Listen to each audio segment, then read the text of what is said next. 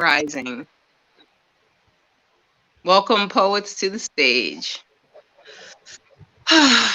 This Thank you all for being here. Thank you all for everybody participating as listeners and performers. This day means so much historically, but it means a lot in this moment too, as we continue to, as I said with in a conversation with Yashika, our existence is resistance. So whatever we say today is our resistance, and both as our grief and our rising up. And I'm very honored and thankful that everyone is here today. And so if you all can just say hi to the people that we hope are watching. Let's go around, say your name and hello. Hello, everyone. My name is Barton. I use they, them pronouns if you ever want to talk about me again. And I am currently in Tukwila, but I do all of my fun stuff in Seattle. Hey, everyone. I'm Jamaica Baldwin, and I go by she, her. I'm currently in Lincoln, Nebraska, and it's very hot. So you might see me fanning myself throughout my reading. So thank you. I am Sadiq Dzukogi. I'm also from Lincoln, like Jamaica, which is weird to say because I am actually from Nigeria and I'm here for graduate education. Yeah, and it's hot. This is the first time that I'm saying it's hot. 2 years ago, summer was cool for me.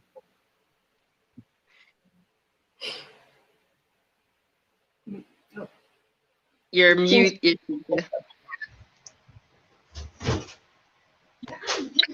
Hi, everybody. This is Gary Copeland, and glad to be here to reading today. And so I'm from North Carolina originally, and I live in Port Hadlock now. So I've been on the peninsula about almost 10 years. Thank you. And I don't know if people heard you, Yashika, even though that I think you were muted.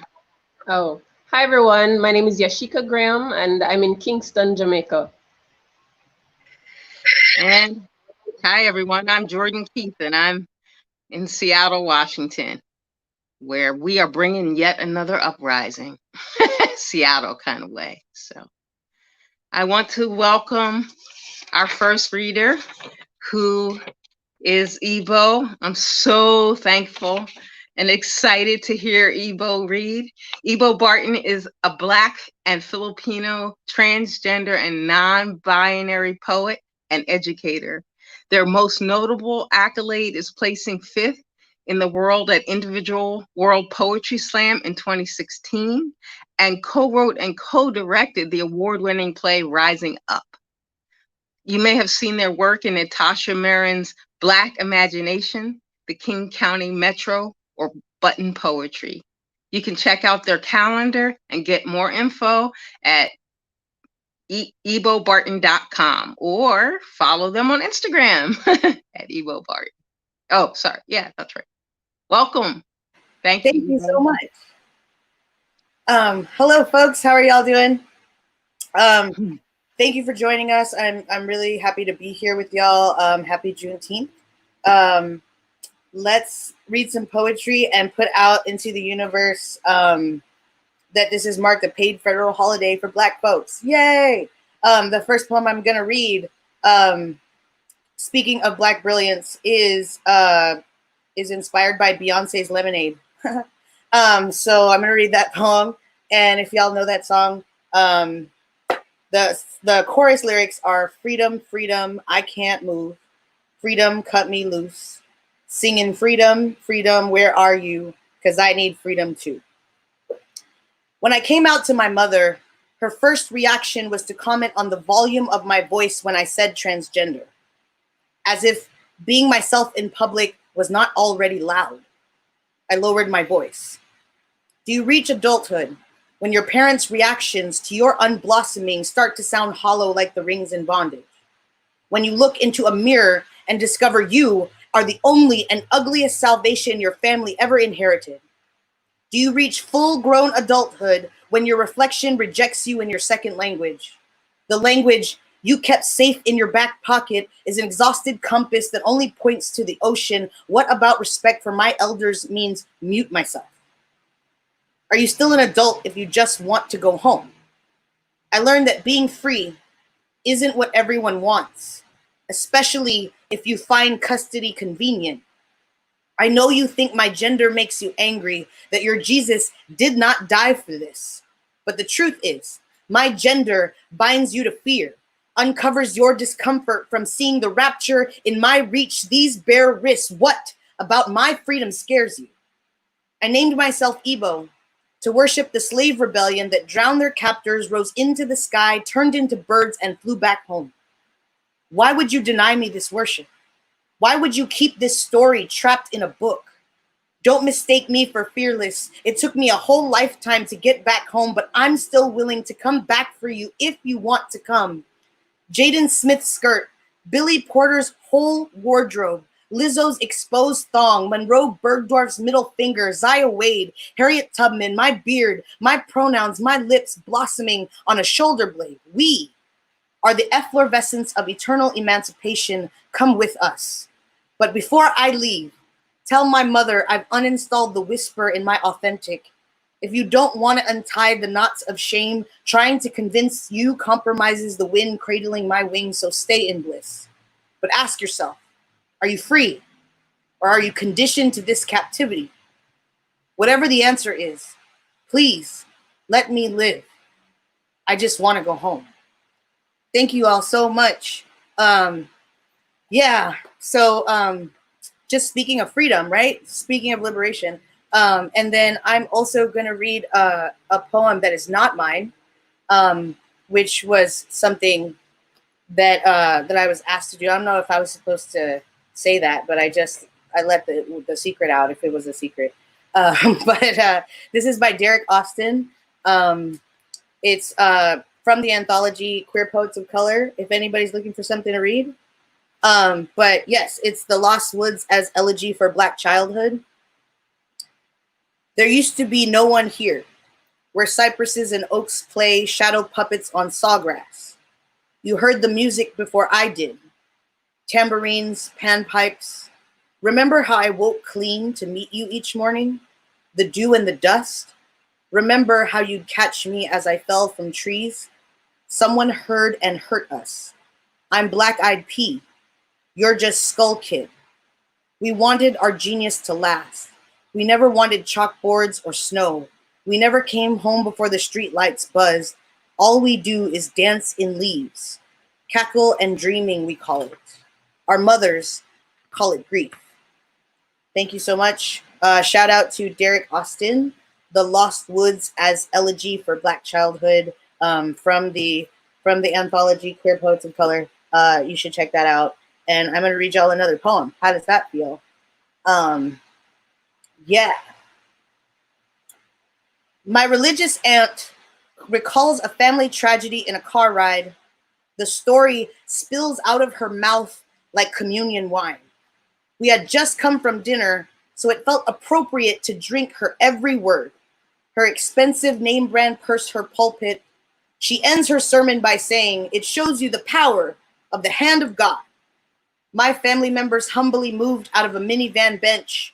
My uncle nods from the front seat. Even Santo Niño bobbles in approval from the dashboard. The rear view rosary swaying like a desperation prayer. But my universe stone and sage queer burning moody self wants to sigh, holy breath. But I realized you can't tell anyone how to worship.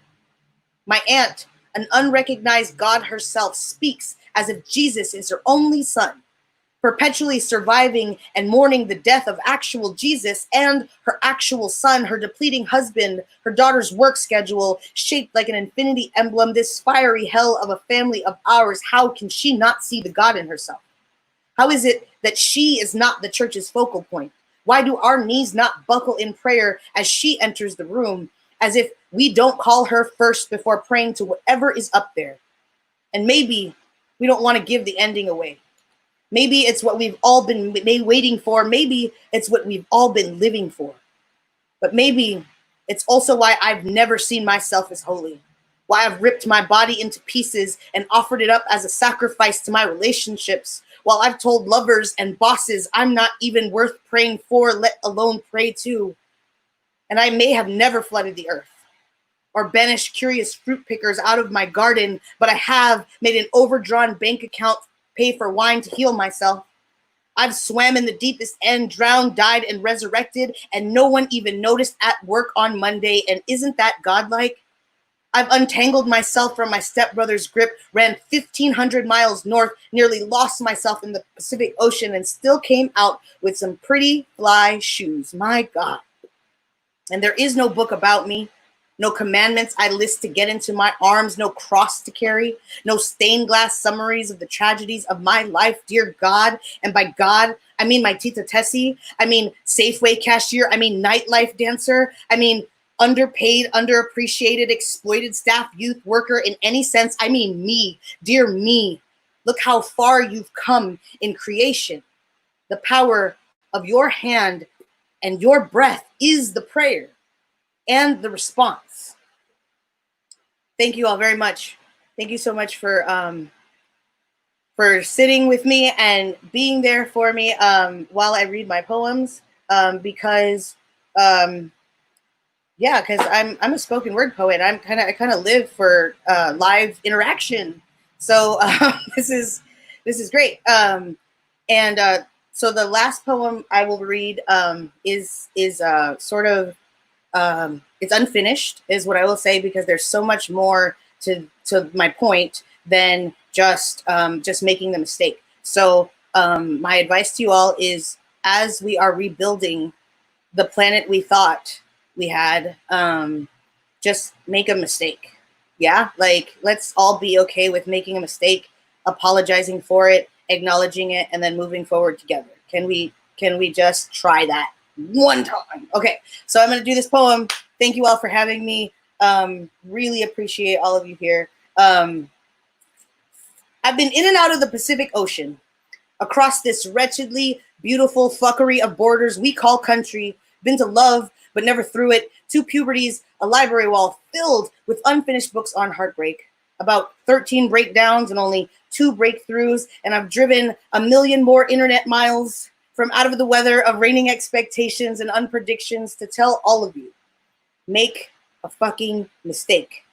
I watched a Facebook video wherein the bass drummer of an orchestra hit his note with so much passion, the drum mallet flew from his hands and hit the triangle player square in the face. The song never missed a note. But I imagine, in another dimension, that woman yelled, "Fuck," so loudly, it bounced off the walls of the amphitheater and into the mouths of the pearl necklace wealthy white women, and "Fuck" became the best remix the symphony has ever heard. My mother is not as crazy as I make her out to be, probably, but she had to have created an offspring with the man I'm supposed to call father on purpose, and see, that makes me a mistake. But look at what this mistake can do. Look how many lives I've lived. Look how many people can love me. Look how I can learn and change and grow and evolve. Look at the moon. I've read somewhere that a former planet shoulder checked a piece of our planet, and that piece got captured in the orbit. We call her the moon. And I think that she had the opportunity to roam the entire universe, but she fell so in love with our faces that she committed her body to be on night watch for eternity. Tell me you can't find the beauty in mistakes. I've lost a lot of friends, life, sanity, time, making mistakes, but I can only hope that I walk this life differently because of them. Next time, I will be so much better, I promise. Tomorrow, I will stand in front of a woman I've never even felt worthy of looking at. She pays all her bills on time, and she wakes up early to go to the gym, and she makes her mama proud, and I will say, make a mistake with me. I've lived on this broken piece of rock for 36 years, and I've never been right about anything. So why would I be right about you? But come with me. We'll spill our combined traumas on each other's shirts. Let's feel really uncomfortable about what we just said out loud. Let's go to the wrong airport on the wrong day and still get on the plane when it's actually time. To err is human. So let's be so human. Our flesh stinks a fuck up. It'll be my fault, your bad, and our misstep, and we'll just do better next time. I'm sorry in advance for tripping on you. I'm sorry if my drumstick hits your face, but the beat is different now. And it's beautiful. Thank you all very much. I'm so happy that you all came out. Happy Juneteenth, y'all. Thanks for having me, Jourdan. Wow, thank you, Ebo. That was incredible. Thank you. Thank you. I'm so honored. Thank you. And Yeah. shout out to everybody doing work on the back end. Shout out to everybody doing work on the back end. That's all I had to say. Thank you. Yeah, this would not be possible without Hollis, who's in the back end. We can't see making it all happen. And Erica and the Office of Arts and Culture and all these Seattle Arts, all these people who jumped on board to say yes to supporting our voices. And thank you, Ebo, for reminding me and the audience, it's not just our single voices that we're bringing here, but the voices of the African diaspora that has supported us. So the work that they just read really lifted me up and reminded me. And a contemporary poet who is our next reader is Jamaica Baldwin. And hi, Jamaica. Hi. It doesn't say Jamaica, friend of mine, but that's here for me. Jamaica hails from Santa Cruz, California, by way of Seattle. Her work has appeared or is forthcoming in Third Coast, Prairie Schooner, Hayden's Ferry, the Adroit Journal, the Missouri Review, and Tri-Quarterly, among others. She was the winner of the 2019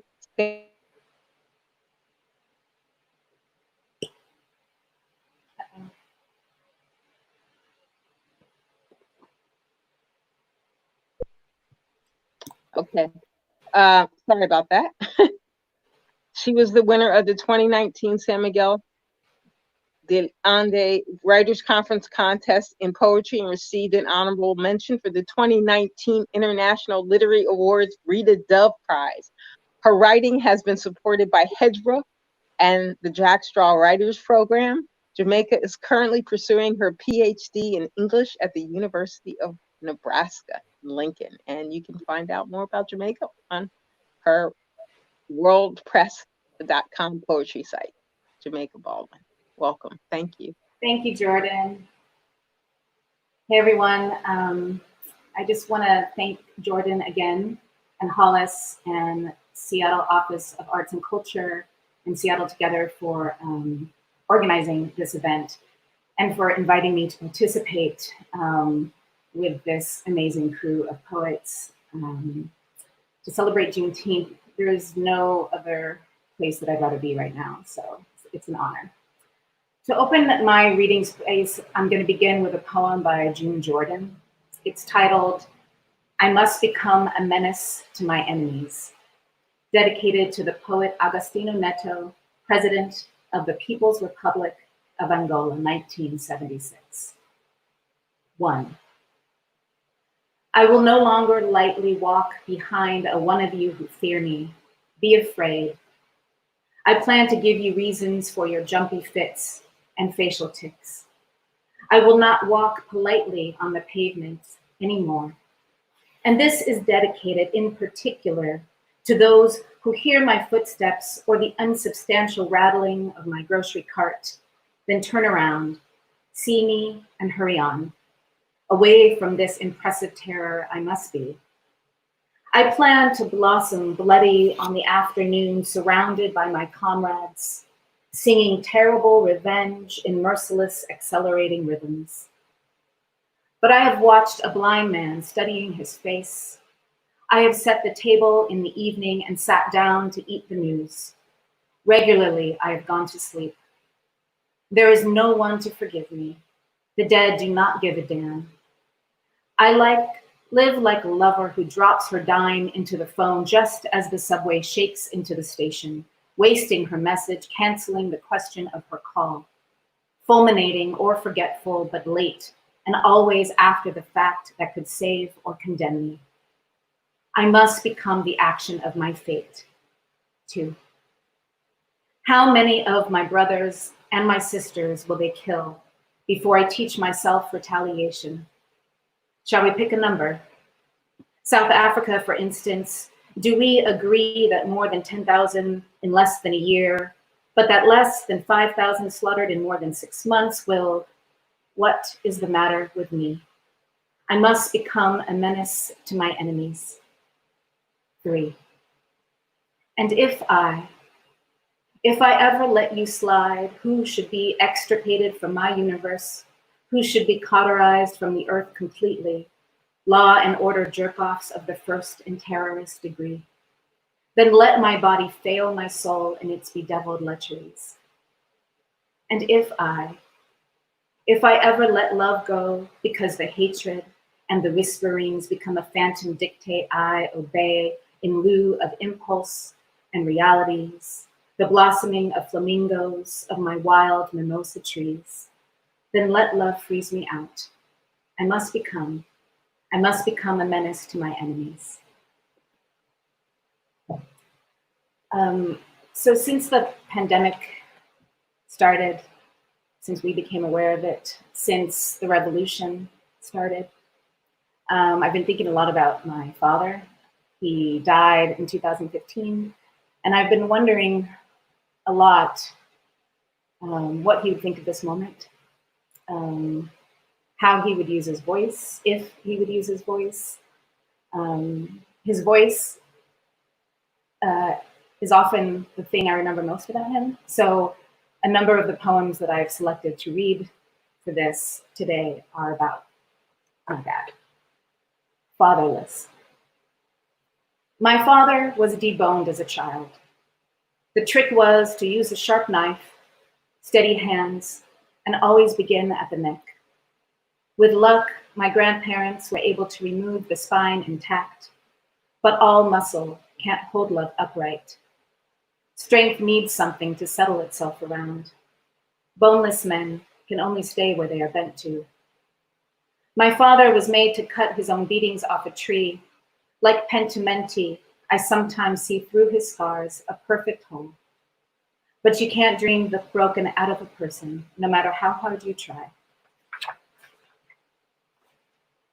Forbidden. Let me go back to my father, in the body of my mother, the day he told her, having Black children won't save you when the revolution comes. Let me do more than laugh like she did. Let me go back to my mother and do more than roll my eyes when she tells me, I think deep down in a past life, I was a Black blues singer. My mother remembers the convent where she worked after I was born, the nuns who played with me while she cleaned. My father remembers the bedroom window of their first apartment, his tired body climbing through. It was best, they agreed, if she signed the lease alone. Scholars conclude the myths of violence that surround the black male body protect the white female body from harm. I conclude race was not a factor in my parents' attraction. I am the product of their curiosity, their vengeance, their need. They rescued each other from stories scripted onto their bodies. They tasted forbidden and devoured each other whole. Let me build a house where their memories diverge. Let me lick clean these bones.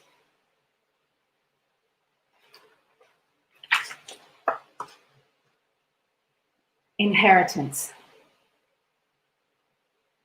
My father left me his alone beneath months of unpaid bills on his coffee table, between piles of cowboy hats and bolo ties he brought home from the thrift store, tags still attached.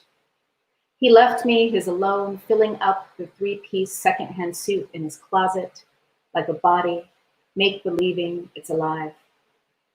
A body that would take me by the hand and lead me around counters of stock photo picture frames, prescription bottles, and used tissues wadded up and tossed aside. A year before he died, he called out of the blue to say, when the time came, he would leave me everything. Said he was putting it in writing. said it wasn't much. I knew wasn't much was nothing at all, but I didn't expect nothing to be so full. I didn't expect his living to be so tangled up with his dying. When the coroner handed me the plastic bag with his wallet and keys, she told me they found a lot of empty beer bottles in his apartment when they went to retrieve the body. She said it softly, like a secret, as if I didn't know, as if his penchant for drink was the answer I was missing, as if that fact could tell me what to do with all his alone, now that I had my own.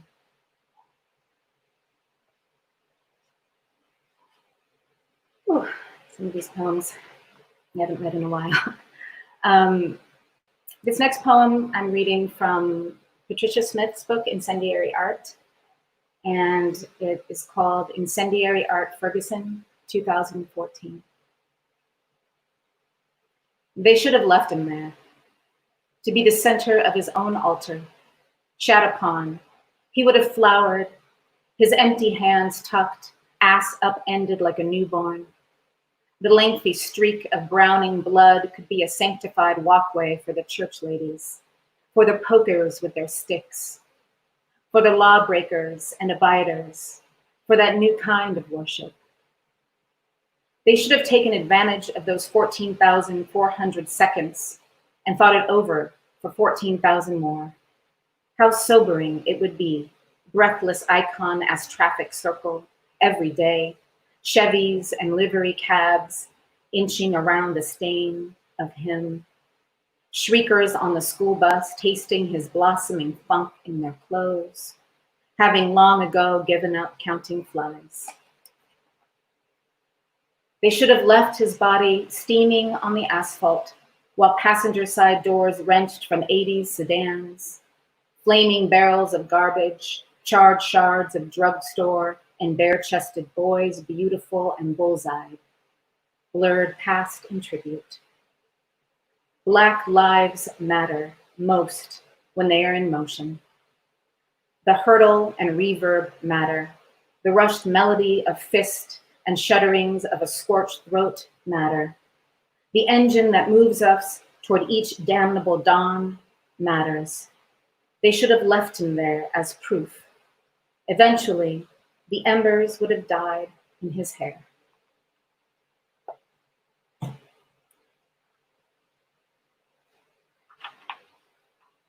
Amends.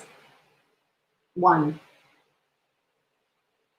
And the man stood on the beach, and the ocean ran to him, and the man did not move, and the ocean stood on its hind legs, and still the man, this brown stranger, with his eyes closed and nothing anyone could see.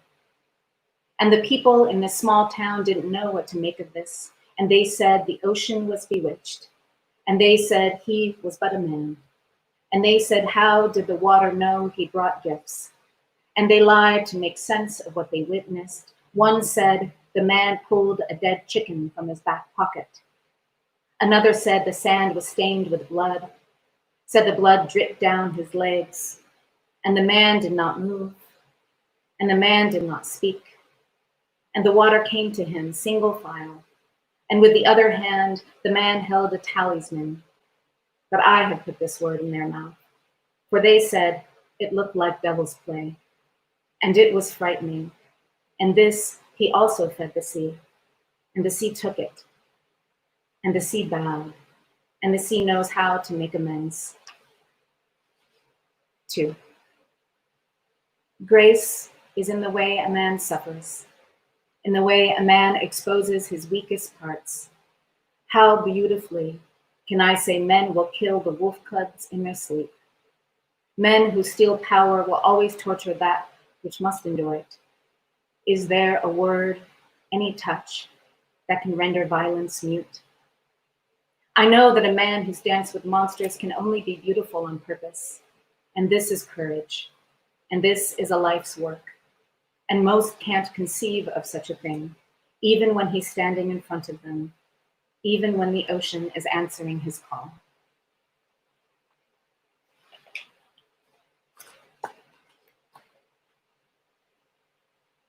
father weaver. If he wasn't janitor, he'd be gravel artist. He'd be glitter farmer.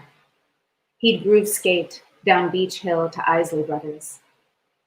If he wasn't janitor, he'd be tennis racketeer, ocean tamer, cicada sequencer. He'd turn his knit cap upside down to catch fireflies, load them into pitching machine, point upwards and shoot stars into sky. If he hadn't been liquor undertaker, booze regulator, drunk gambling wish denier, he might have been daughter wrangler, fear whisperer, sweet lullaby impersonator. His underwater voice might have sung me to float and swell. If he hadn't been vodka foreman, he might have used strands of daughter hair to draw maps of blackness on his back. I might have watched them stretch and curve and maze him into father quest, into secret daughter mission. I'd pack a flashlight and meals for the trip. I'd stretch and nimble get. I'd compass take, whistle and song and song. I'd path follow and lost get and around turn, till I center reach and undead him. I'm gonna end with a poem that I wrote in 2016, 17. It was in response to the 2016 presidential election. It was originally titled Call Me By My Name, but it is now titled Strange Fruit. And unfortunately, I think it is still relevant. Between Nina Simone's teeth and pendulum quiver, a tiny white misery unfolds from the mountains and hills of America. Men with black lungs gather in red caps for their right to descend again. Polished white women get control of their wounds to a salmon skin savior for a myth. Alternative fact, he will come for you too. I'm the brown daughter of a white woman who voted blue and now has made a nest called sorrow from twigs of left-wing shame, from shards of blue gas bottles and jellyfish, from coral reef blue and eyebrows blue. From her, there's plenty of room for you blue, but how do I tell her I can't live there too? How do I tell her she named me after papaya flesh and corn husk, after sweet juice of black women's song whose only known border is water, who dip sacramental bread and obey a chant, slow churned memories of the hour walk? Did she know they were a poetic people when she named me? Did she prophesy the sap of ackee tree lingering in the ashen grooves of my knees and elbows, their jerk and rock steady lilt? What I don't know of them is the white space of every page I've not yet written. What I don't know of my people is their name. A tiny white misery smokes meth in the alluvial plains. Make America great again slides through willing teeth in the mouth of last-ditch hope. Alternative fact, I will fight for you too. I'm the brown daughter of a black man who died like black men do, too soon, back broke, inevitably. In retrospect, we should have buried him in the worn-down beanie he wore every day, yellow, green, and black, appropriation or premonition. Were he here, he'd shrug, say, ain't no surprise. Then white folk never meant us to have too much slack in that rope. How do I tell him I can't give in like that? How do I tell him he named me after a place designed to resist cocoa leaves and tamarind breeze, cutlass slash and parish streets? Did he know my name would call attention to how very American I am? A tiny white misery spread disease-like from every, he doesn't mean that. Each, he tells it like it is, and words are just words I heard from all the well-meaning white folk who voted him in. Between Standing Rock and Flint, Michigan, I am here. Between refugee and immigrant, I am here. Between birth control and rape control, I am here. Between bended knee and I can't breathe, I am here. Thank you.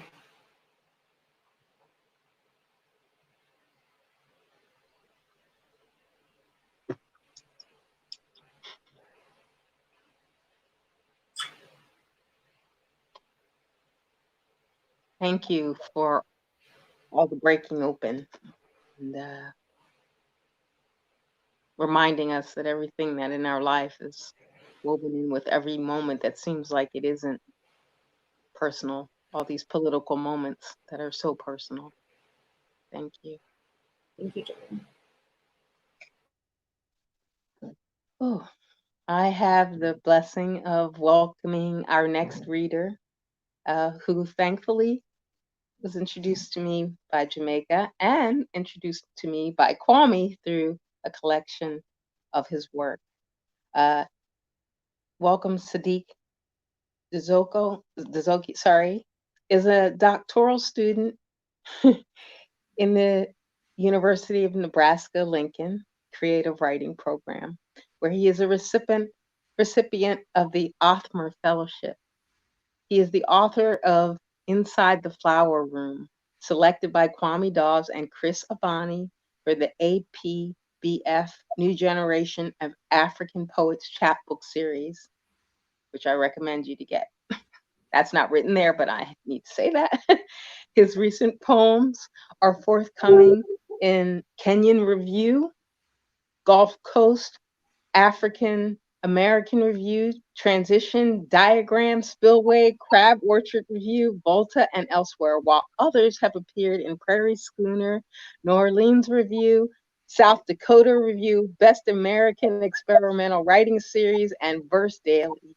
Sadiq is an editorial assistant at Prairie Schooner and also a fellow of the Ibidi International Writers Residence. And I know also has another book forthcoming that I apologize, I don't have the title for it here in my hand. Welcome and thank you. Thank you for inviting me to read poems to commemorate this important date. I'm going to start by reading a poem titled Prayer. It's a poem that I dedicate to my mom. It was thousands and thousands of miles away from me, back in Nigeria. Prayer. I used to pray a lot growing up. This baby afraid of what remains, the heavy dark. Dark shadows breathing back from every corner of the room. The dark things that tease sleep when mother's prayers whispered in handwritten offerings I could press to my chest. The willpower of words soaked in blood for the round body. The heart that circulates and becomes invisible in the dark of nightmares. My mother's prayers, an offering on my tongue, a giant apple. One night forgotten, I woke halfway, a snake bite on my leg. Mother wiped blood off my two-pin piercing. In the morning, I woke up with no wound, no scar. Father said it all happened in my head. Mother prayed, her handwritten prayers wrinkled beneath my pillow. Their crinkled said, I'll tell and tell it so much until it stops making sense. And I wonder how God will understand what falls between her teeth, what lands pureed on my tongue, what is still being swallowed.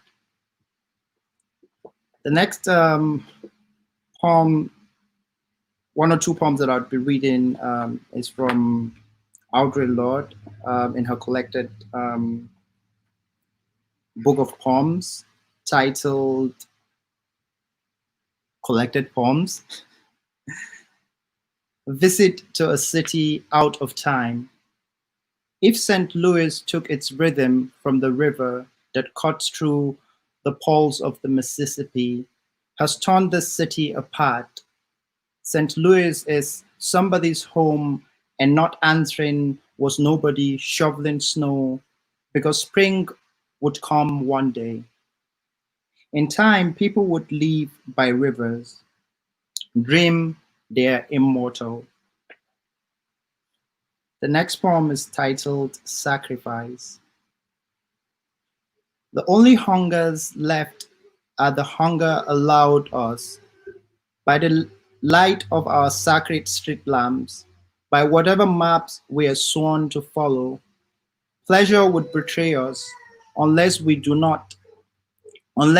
what we must, without wanting to do it. Feel the enemy's tone, give way in retreat, without pleasure or satisfaction. We look the other way as our dreams come true, as our bloody hands move over history, writing, we have come, we have done what we came to do. Pulling down statues of rock from their high places, we must level the expectation upon which they stand, waiting for us to fulfill their image, waiting for our feet to replace them.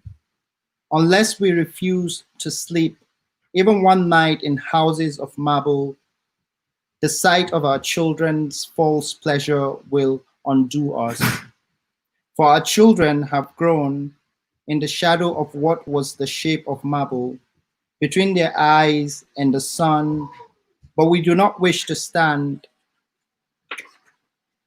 like great marble statues between our children's eyes and their sun, learning all we can use, only what is vital. The only sacrifice of what is the sacrifice of desire. And the next poem that I would read would be one of mine, titled The Cradle Board. Again, this is a poem that I dedicate to my mom. The Cradle Board. The kitchen table was where my mother taught me about the world. No, it wasn't, because there was no kitchen table. She always cooked outside close to the wall with firewood, until one day, the wind brought down the fence on her back. After the bricks came hard on her, she disappeared into the rubble. Her back held bruises. It was father who pulled her out. See, the fence was rebuilt, and because it loved my mother's back, as I must have as a child, fell on her again. She relieved that first horror. Sometimes, in a nightmare, flowers are chasing me down a slope, waving kitchen knives, yelling, "Why didn't you do something?" I want to revisit my childhood in that vacuum suburb of Minna, where the house had flowers and the flowers had no knives. In this version of the memory, the fence is the most odious man I know. At the kitchen table, eating sour soup injected with rat poison. The next poem I'll read is from a poet that I greatly admire, Philip B. Williams, from his book, Teeth in the Interior. And I'll read the very first poem titled Bound. Wasn't night what lingered where sweat left salt, where breath touched expired? No, I didn't find stars or the moon in my hair or grass or the first traces of dew that I am told cannot compete with a woman pleasured, that I could get her that way and should try to, should want to try. Was a vastness over me like a great system of cloud pursuing each other, colliding into one another like fists that bloomed like devotions, like, can I be only one thing at once? I was told to believe in and became that single vessel beneath which water I would never taste moved. I was shut tight. I was going somewhere and quickly. Little boat made smaller by distance.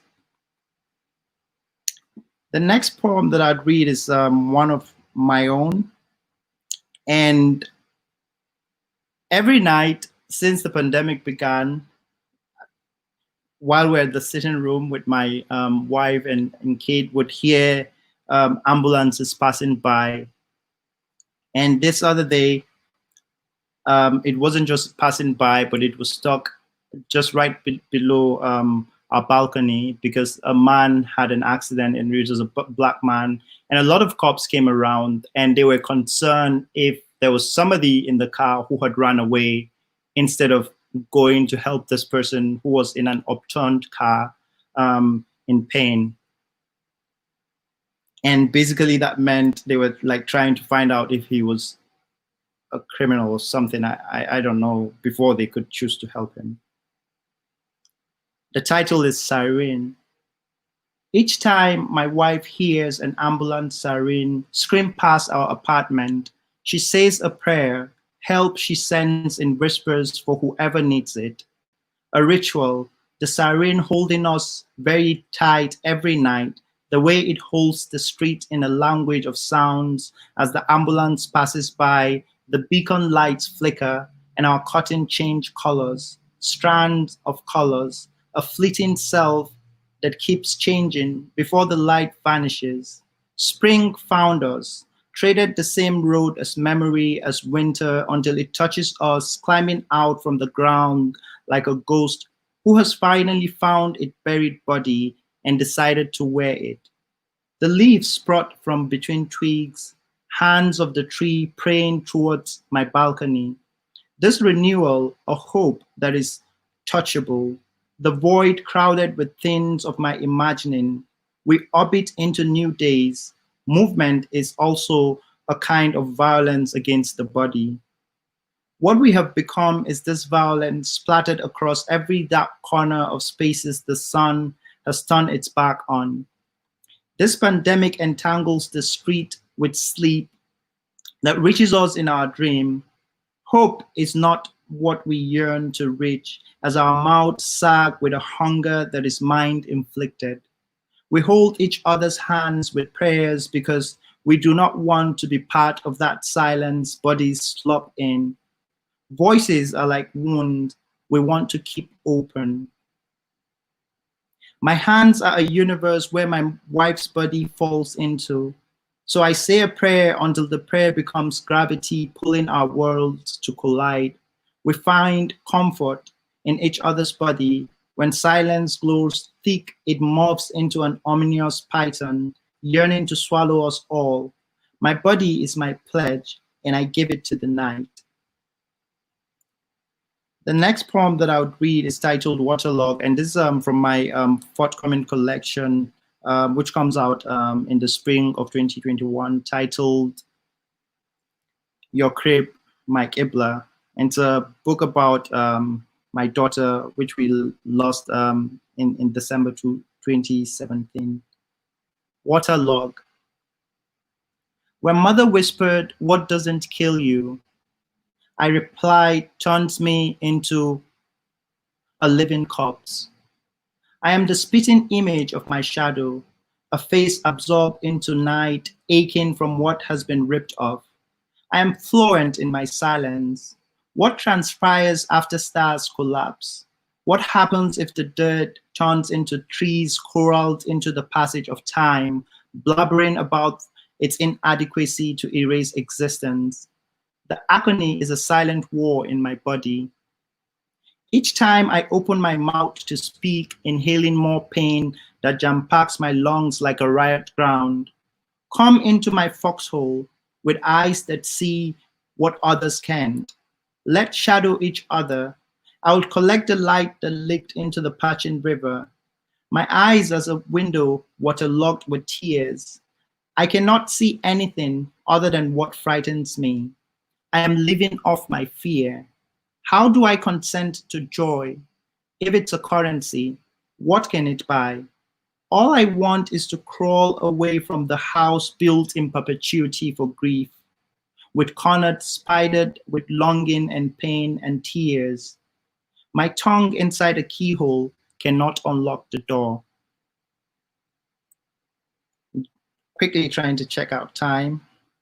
The next poem that I would read is titled A Brief History of Exile, and this is a poem that I dedicate to my friend Romeo Oriogun, and it's after a poem by Mahmoud Darwish, a farewell poem that he wrote to Edward Said.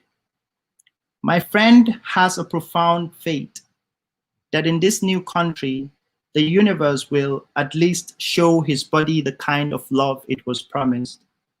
If the torment of an unrequited love falls upon you at night or by day, what portion of it will you hold? He said, here there is a God that belongs to his body. Before now, he could only love in secrecy. He articulates his desire as a gesture folded into the wink of an eye, Splayed between pillows, his fingers are dipping into the skin of an imaginary boy. From his room, his hands are reaching the boy they left loitering in a cubicle. Had it not been for the body he could not see, he would have emptied himself into the night. As the night grew in silence, only the boy's voice hurries back into his ears, but the body remains both enigma and dream. It's a familiar night that gives birth to a strange one. He's still in love with the country he left in search of a love he is yet to find. I say exile is inside our bodies and our tongue quest for its language. We both say love is the bird everyone wishes to hold down to their chest. There is no tomorrow in yesterday.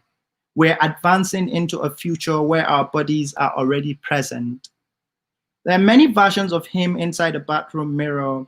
The camera shutter keeps count, a selfie to each dress worn in secrecy, to each handbag dangled over his arm. The bartender is counting his sorrow by the number of shots he emptied into his mouth. Drinking to remind him the language of his dream, I say we belong to the unyielding language of love. I can't trust myself to count the missing stars whose lights press forward like echoes behind the clouds. I say I am covered in the plight of things I do not understand. He says, offer me cigarette before vodka, so I can read what words we set upon the clouds, what words we make with our mouths. An ignited shadow is the same as light.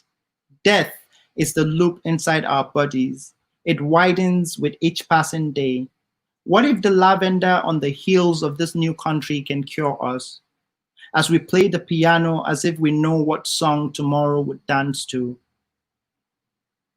Where shall we be when the sun disappears and time leaves us behind? All right, thank you so much for having me. It was a great opportunity to read alongside all you amazing poets and all of you who are here with us in several parts of the world. Thank you, thank you.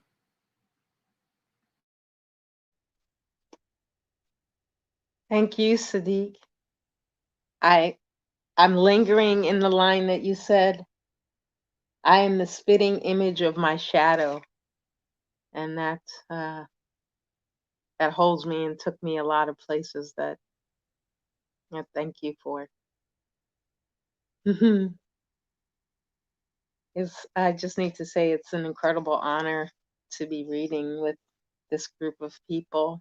And again, giving shout out and thanks to Office of Arts for the job of being able to be the civic poet and the opportunity and support to bring people together from now around the world.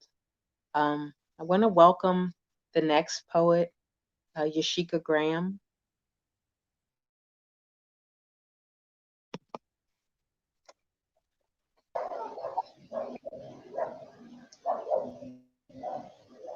Hello.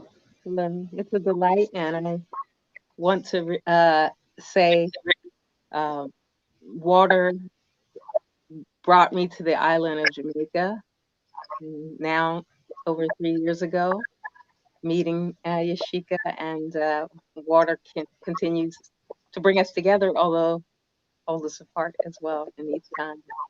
So Yashika Graham is a Jamaican writer, visual artist, and the 2019 recipient of the Mervyn Morris Prize for Poetry from the University of the West Indies, Mona, where she is a student of literatures in English, the recipient of a 2018 Centrum Writers Residency and the 2019 Urban Wilderness Project Research and Teaching Fellowship.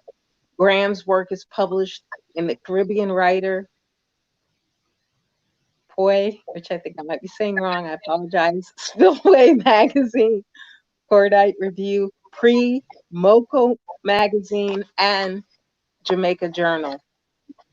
She teaches creative writing and has taught cross-genre workshops for the Port Townsend Writers Conference in Washington. Welcome, Yashika, on the international tip. Thank you for being here.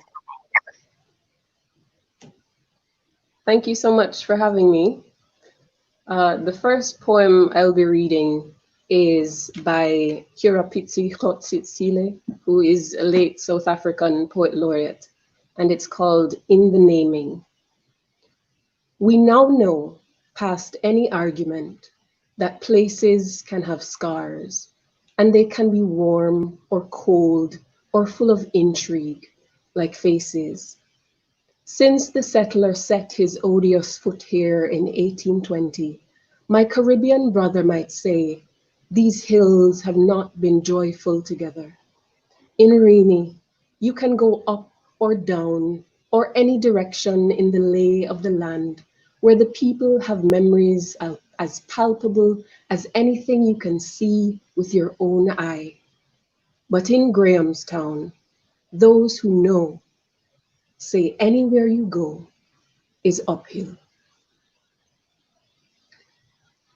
The next poem is my own. It's called Berkshire Road, Coordinates Unknown. They do not call the place Puss Hole like the people do, but a government name. A through road clogged with shops and gravel passes leading to zinc roof illusions amid the trees. They do not call it an avenue, not a way, but a gorge in the hill. They do not call it an avenue, not a way, but a gorge in the hill where yards rife with sharp rock grow concrete verandas on board flats and haul brown tarp over their faces. When Berkshire makes the news, it is set in Betheltown, 9 miles south of itself, where a woman can be 44 and also 48, her name, Grace. They say her son was quiet, didn't mention his name, showed a photo of her older child, graduation day. The newsman dodging dogs and tree limbs wants to know where he is. He writes what the welcome sign says and sets the clamoring scene closer, name not here. Convert wants to know why a son, 13 years in the afterbirth, would summon his mother's blood again, rinse the knife, and in the middle road, blame his hand on the deep night. This next poem is called Directions from the Border. When you reach Pisgah, pause. Allow the red dirt to orient you.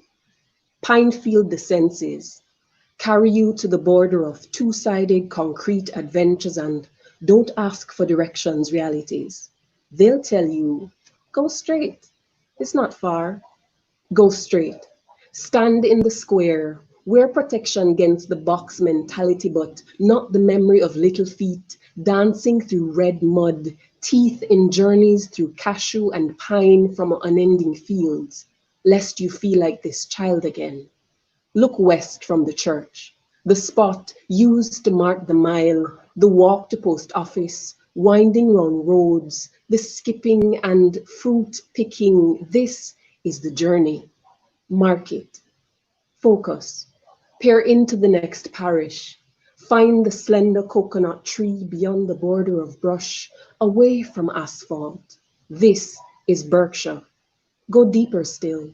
Find Great River, the spring I've sprung from. Find Greenwood. Come home. Let the heart and kerosene lamp your laughter. These are directions from the border, my heart to yours. This next poem is for my mother. My mother saves pear seeds to catch the breed, the inside of deep sunset pumpkin to fill the yard with secrets of its vines. My mother is a bushwoman, sings river valleys to mountain tops, springs light from the blank into high sailing hallelujahs. My mother is a bushwoman, grazing green thumb in earth revival, springing life from concrete. This woman, raised on yellow heart breadfruit and bush tea, made tomato and cucumber shake, with a salt and pepper resolve. So I fell in love with taste. This woman, heavy-handed, good timing connoisseur of the bellyful, with kindred gift of great river balance, seldom fails to laugh, to love, even with a tribe of wild picnic. My mother is a greenwood woman, bred of the bush. Cure. The good doctor recommends doses of feeling for this shutdown condition. Something for bruise and battering, 7 days a week for heart healing. Say you will do well with an ounce of bitters. 3 green elements to bind wood and vine, to flush all held feeling. Rebirth a spirit cleaning. Come again, come down from Tributil. Keep spirit weed in your pocket for connectivity. Leave a life under your tongue for sanctity. And know all else is heart memory.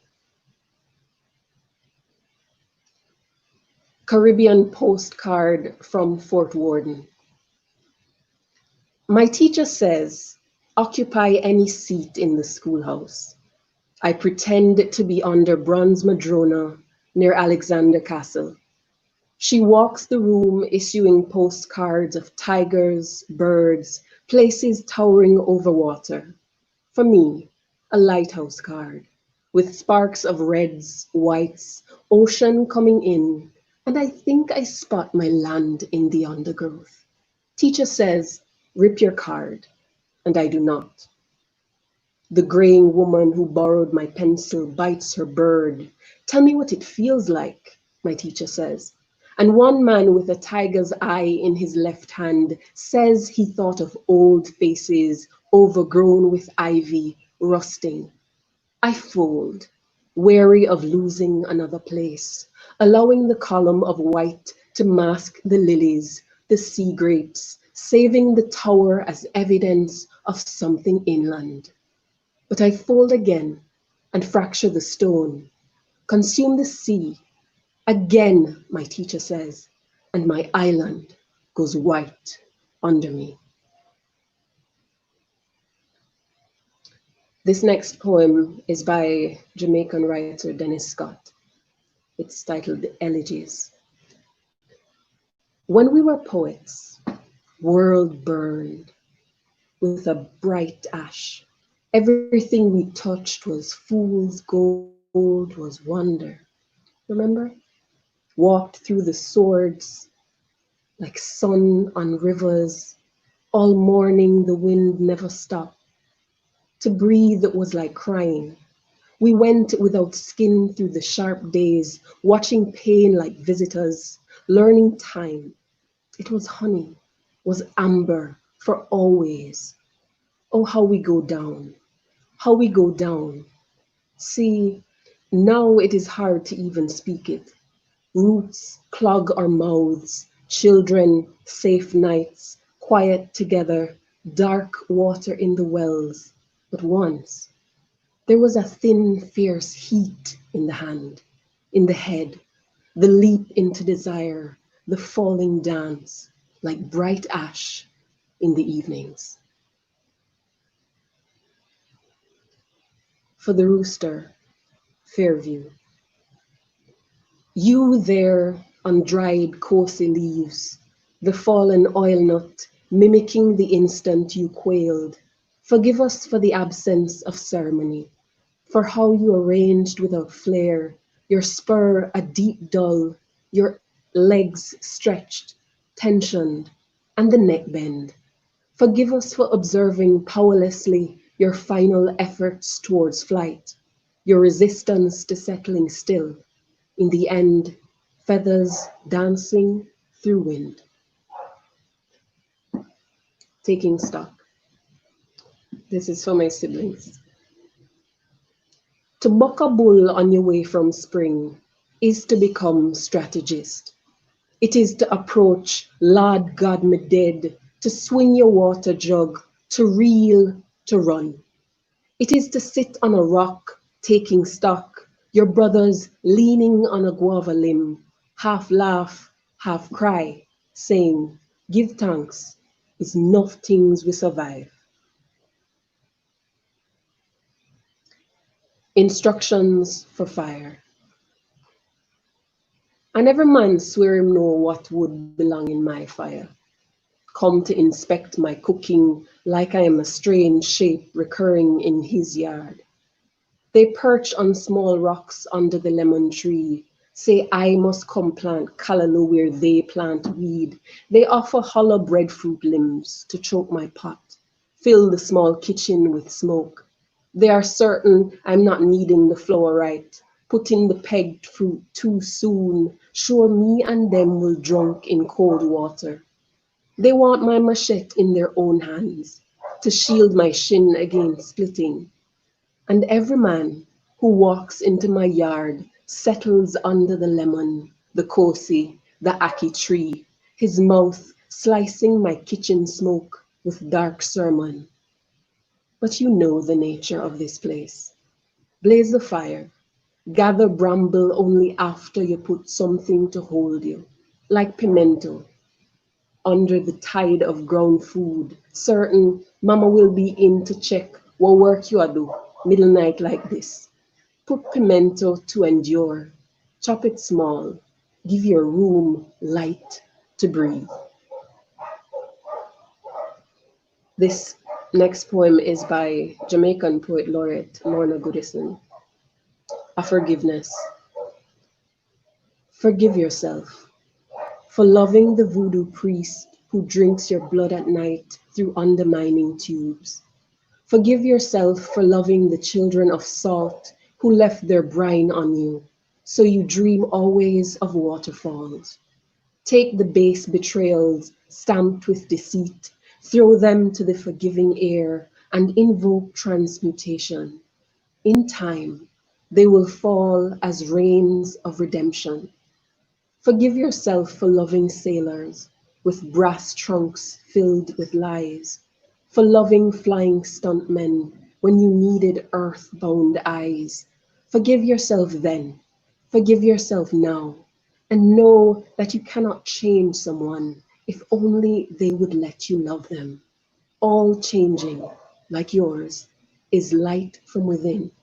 All you can be is witness, and love yourself now, enough to know that you are lit, and that light will draw more light to itself, and that will be light enough for a start to new life and a self-forgiven heart. And being you, just be. This poem is called Retention. I do not learn the fullness of Mama's design till one Sunday I pull the seams apart to spot language complete under linen. In your own tongue, you parcel tune in room after room of preservation, of pam padam padam. How you trail me now in skirt tail, in melody. Come to us in late dinners on inquiry. Awa Prapakyajan Kana, always giving praises. Hallelujah.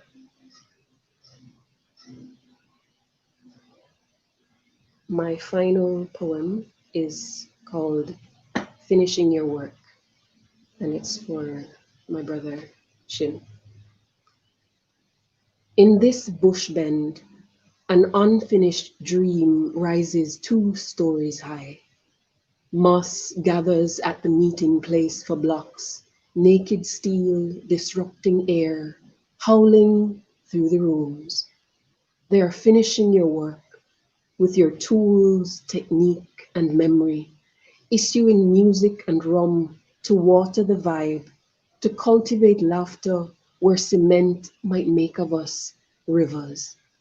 Finishing your work, she flashes the wall, smooths the gray enchantment, like you, neat, precise, level.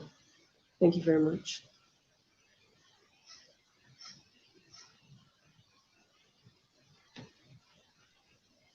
Whew. Thank you very much, Yashika, for bringing Open Borders and Lorna Goodison in the room. And so many things we survived. Thank you. Thank you. Thank you for having me. Yeah.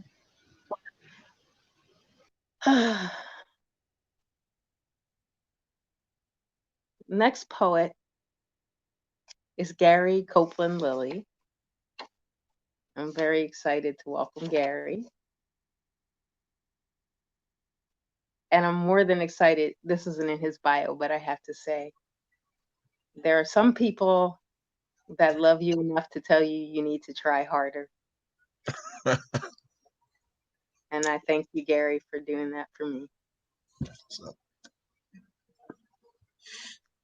Gary Copeland Lilly is the author of 8 books of poetry, the most recent being The Bushman's Medicine Show from Lost Horse Press, 2017, and a chapbook, The Hog Killing, from Blue Horse Press, 2018.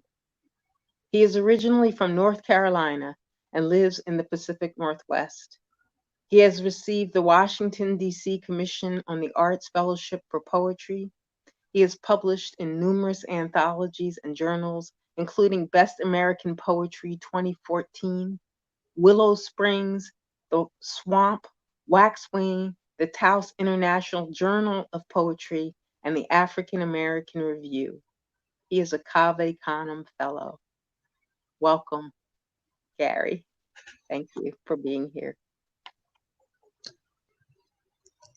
I want to thank you, Jourdan, for bringing us all together. This is a great reading, and I get to see some friends. I get to see Jamaica. I get to see Yashika, and to meet Ebo and Sadiq. You know, thank you very much. To breathe after George Floyd. To take oxygen into the lungs and expel it. Inhale, exhale, respire freely after anxiety or trouble. To control the outgoing breath in producing the voice and speech, the songs. To pause as for breath, to take a rest, to move gently or blow lightly as air to be redolent of, to allow air and water to pass through easily, to absorb oxygen and give off perspiration, to be exposed after being uncorked, to simply exist, to live.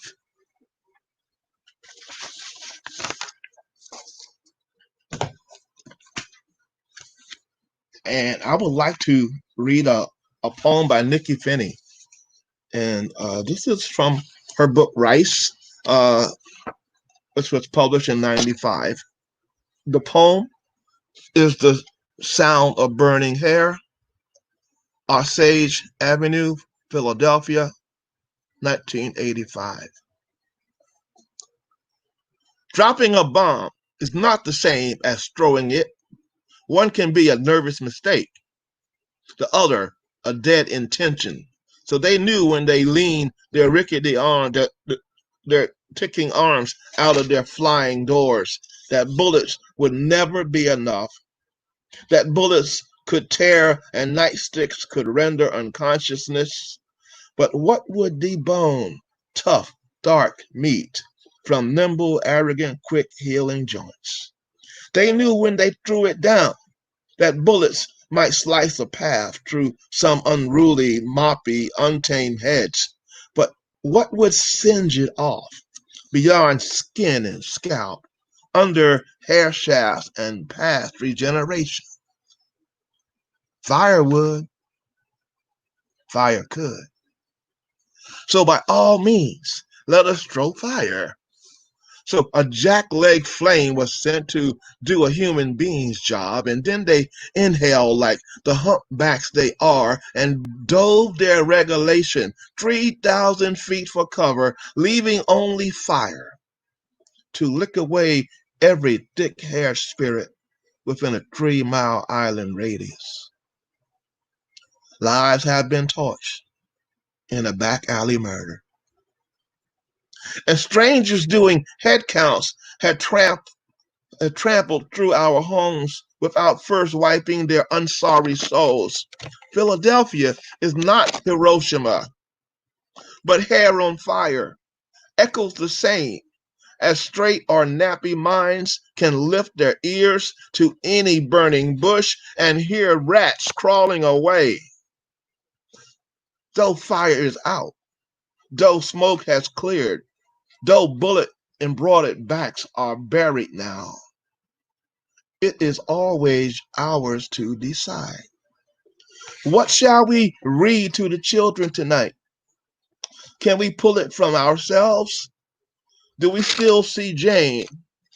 Can we still say aloud in sacred bedtime story voice that Dick still shoots a silver toy pistol?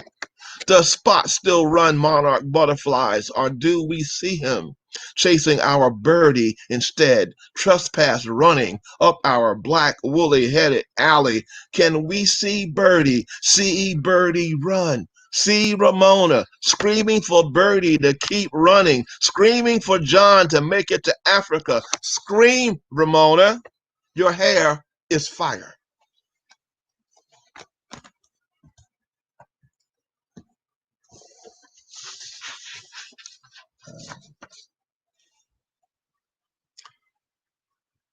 Tribal marks.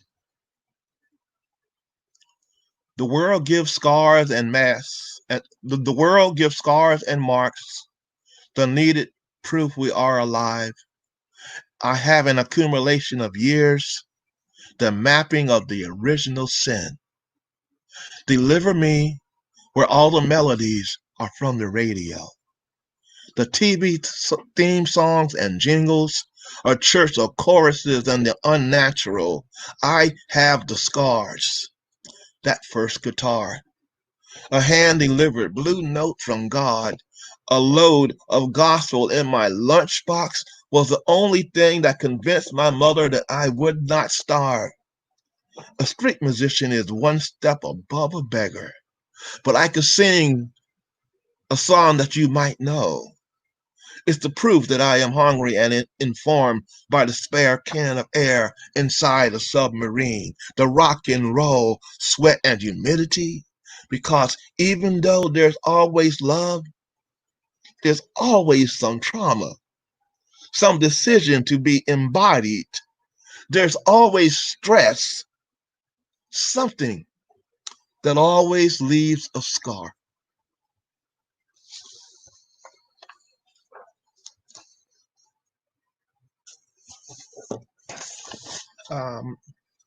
The next poem is Hunger. How many deaths will show the yearling lying guttered and strewn on the trail near a snarl of red rhododendrons? A cougar kill. I'm trying to write a good poem, but now I can't see anything other than that eviscerated deer. The chest cavity bloodied and ravaged through, the long strip of muscle at the backbone, the tenderloin gone, the stomach, the heart, the lungs, the wide empty clutch of ribs eaten right down to the dirt.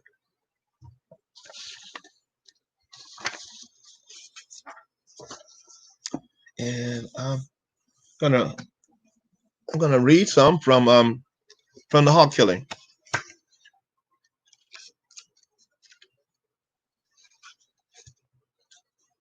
And this poem is the preparatory fire for the hog. The air is sharp, colder than the shallow river that has started to freeze. A thin pane of ice growing just off the banks. The first week of January, when the ground is hard and the woods, a shame of naked trees, shattered among the evergreens. Deer beds in the tall brown grass on the other side of the pig pen fence. The enclosed grub field that doesn't have a root, blade of grass, or a weed. And the family is in heavy coats and mud boots. There is an array of sharpened knives, a prayer of abundance, the work of harvesting pork. A 12-year-old boy hauls firewood to the steel trough where he will heat the water to scald the hog.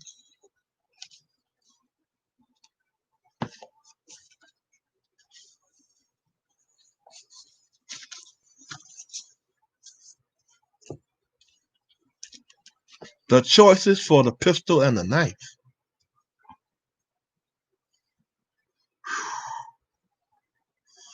The men have gathered around the thick steel rod at the end of the trough, where the fire has been built.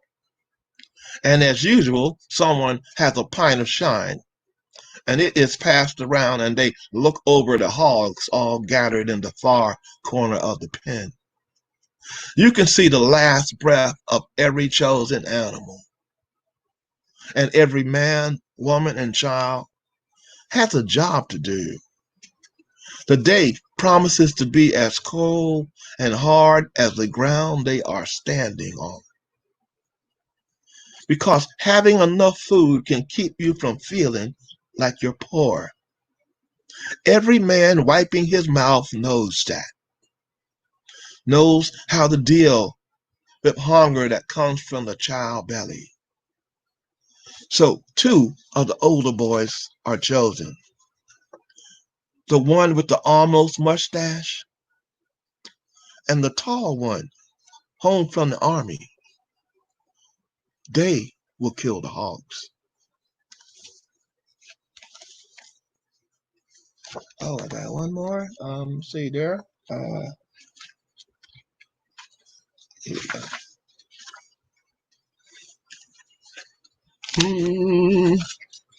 we go.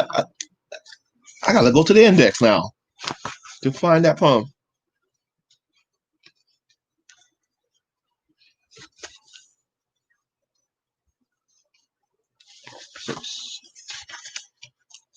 And this poem is Cultivating My No Regrets.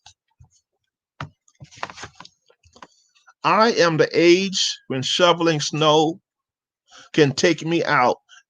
And as a matter of fact, right now, I do live in a barn. 3 Douglas fir trees stand at the corner of my fence, and each reaches 100 feet into the morning fog. The juvenile eagles silently glide by down the middle of this northwest world. The peace of the lagoon and its collected snags is right down the hill. And the great herons are already building their nests. The seagulls have not yet started to squawk. The crows greet each other. A dog, not mine, who loves me, comes to howl at my door. And I come out and sit on my small porch and watch the sun rise over the crest of the hills on the other side. This is where the music starts. This is where I find the Holy Ghost.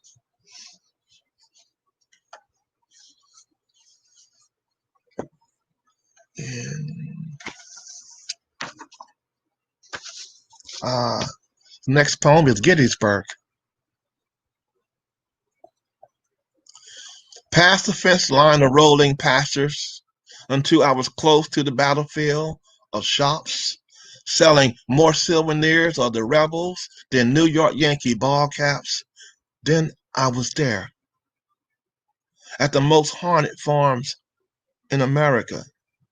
The fallen of both sides are now the landlords of this soil. On Seminary Ridge, the long, crooked stretch where the Army of Northern Virginia camped, with their cannon aimed towards the blue of Cemetery Hill. I slept that night out in the open until the rains came. A cold, slow hiss on the fire. The shrouds, the dark clouds gathered in. I moved my bag under the Martin shelter, the picnic area. A steady rumble of rain over the grounds, and I couldn't sleep. So I sat on the bench by the dead fireplace from 4 in the morning to the touch of dawn.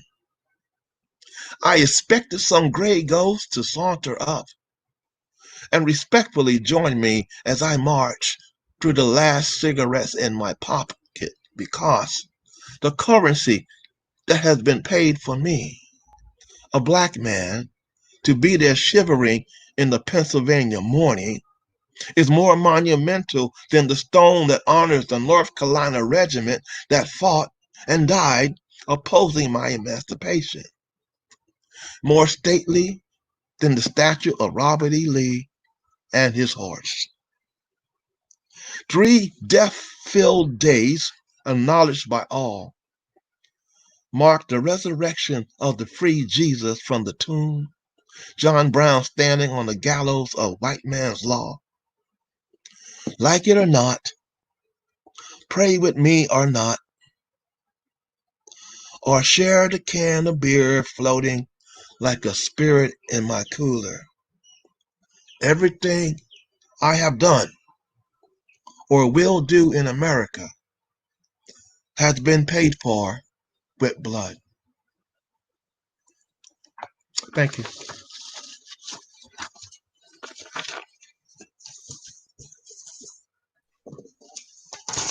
Wow. Everything I do or have done has been paid for. But thank you, Gary. You welcome. The fallen of both sides. I'm stunned by all the layers of bringing back our history. And thank you for reading Nikki Finney's poem about move. Yes. Yes. Yes. You know, I am born and raised in Philly, and the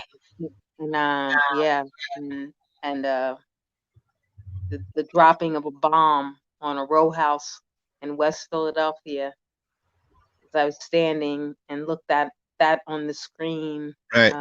getting ready for Mother's Day holiday, you know, that was a May also. That changed things, Yes. but I reflect on the fact that there were no riots the way there are, and in our narrative of the most atrocious things, we go all the way back to 1921 and skip over the bombing Right. of Move Home. 11 people died, and 5 of them were children. And the only reason Birdie and Ramona survived, you know, Birdie, Yes. you know, running out of fire, they shot at them to run back into fire. And if we have time, which all of you did an amazing job with time, so maybe at the end, and this is my way of warning you all of the impromptu opportunity, we are doing really well on time. So after I read, it looks like we'll probably have about 10 minutes or so, if you all are open and willing to have a little conversation about whatever's coming up for you. I'm not trying to really direct it, but I'm just responding in the moment to Yes. that, and giving thanks, because I really would like us to examine the consciousness that erases an entire bomb being dropped on a home in Philadelphia, the birthplace of liberty, and that's not part of our regular narrative. It is So, not. yeah, so why is, you know, as Black people, it's not part of our regular narrative. So that's why I love that Nikki Finney did that poem, you know, and documented that. yes, yes. Mhm. Thank you again.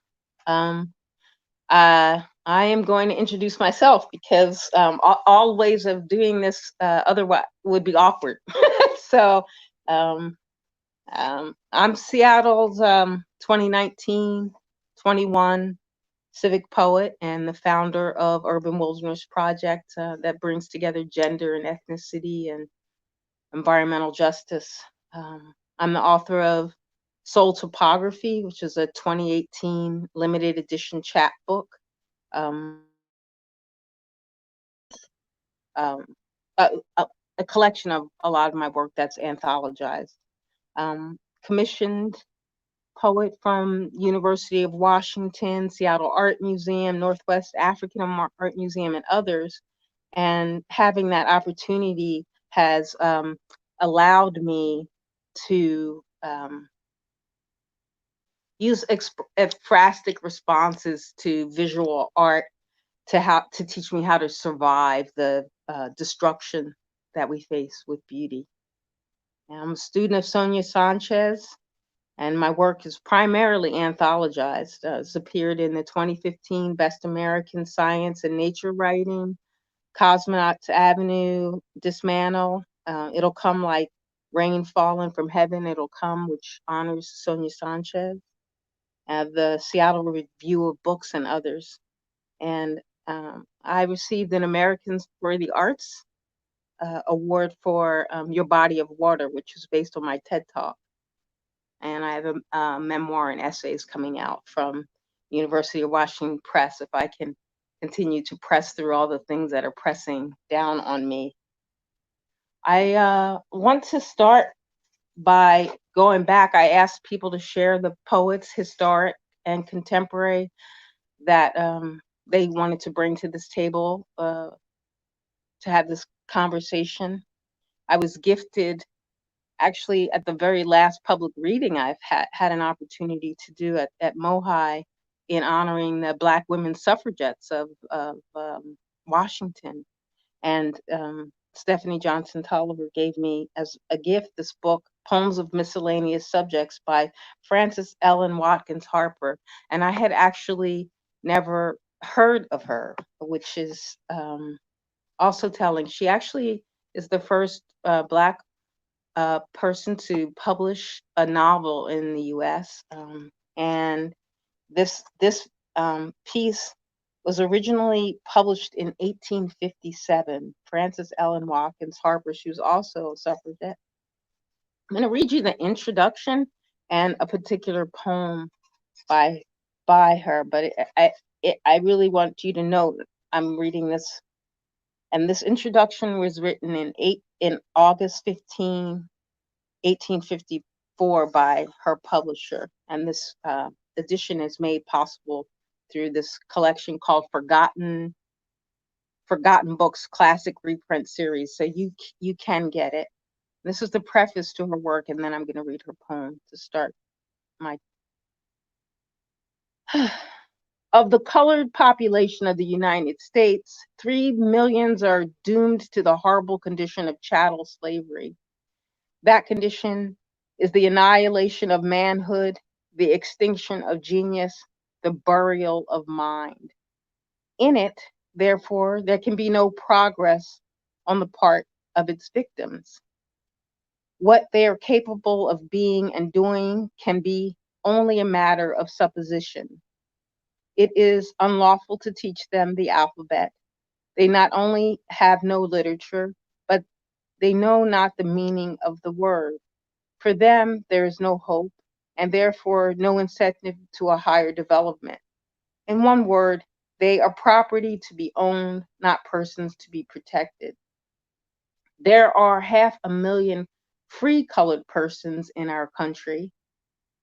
These are not admitted to equal rights and privileges with the whites. As a body, their means of education are extremely limited. They are oppressed on every hand. They are confined to the performance of the most menial tasks. Consequently, It is not surprising that their intellectual, moral, and social advancement is not more rapid. Nay, it is surprising in view of the injustice meted onto them that they have done so well. Many bright examples of intelligence, talent, genius, and piety might be cited among their ranks, and these are constantly multiplying. Every indication of ability on the part of any of their number is deserving of special encouragement.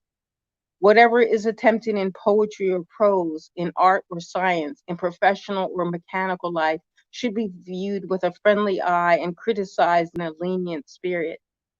To measure them by the same standard as we measure the productions of the favored white inhabitants of the land would be manifestly unjust. The varying circumstances and the conditions of life are to be taken strictly into account.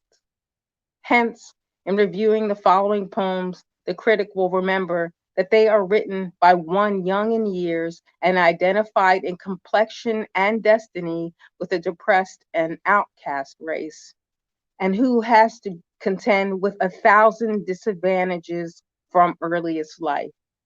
They are certainly very credible to hear, both in literary and moral point of view, and indicate the possession of a talent which, if carefully cultivated and properly encouraged, cannot fail to secure for herself a poetic reputation and to deepen the interest already so extensively felt in the liberation and enfranchisement of the entire colored race.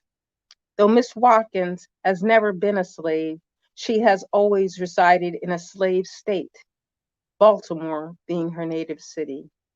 A specimen of her prose writing is also appended. A slight few alterations accepted, the work is entirely her own. And we only have the initials WLG. Boston, August 15, 1854. I almost said 19. Here's her poem. And the reference to hunger from Gary's reading echoed in this selection for me. It's called Died of Starvation. They forced him into prison because he begged for bread. My wife is starving, dying. In vain the poor man pled. They forced him into prison. Strong bars enclosed the walls, while the rich and proud were feasting within their sumptuous halls. He'd striven long with anger, had wrestled with despair, but his weary heart was breaking neath its crushing load of care. And he prayed them in that prison, "Oh, let me seek my wife," for he knew that want was feeding on the remnant of her life. That night his wife lay moaning upon her bed in pain, hunger gnawing at her vitals, fever scorching through her brain. She wondered at his tarrying. He was not wont to stay. Mid hunger, pain, and watching, the moments waned away. Sadly, crouching by the embers, her famished children lay, and she longed to gaze upon them, and her spirit passed away. But the embers were too feeble. She could not see each face, so she clasped her arms around them. 'Twas their mother's last embrace. They loosed him from his prison, as a felon from his chain. Though his strength was hunger bitten, he sought his home again. Just as her spirit lingered on time's receding shore, she heard his welcome footstep on the threshold of the door. He was faint and spirit broken, but rousing from despair. He clasped her icy fingers, and she breathed her dying prayer. With a gentle smile and blessing, her spirit winged its flight, as the morn in all its glory bathed the world in dazzling light. There was weeping, bitter weeping, in the chamber of the dead, for well the stricken husband knew she had died for want of bread.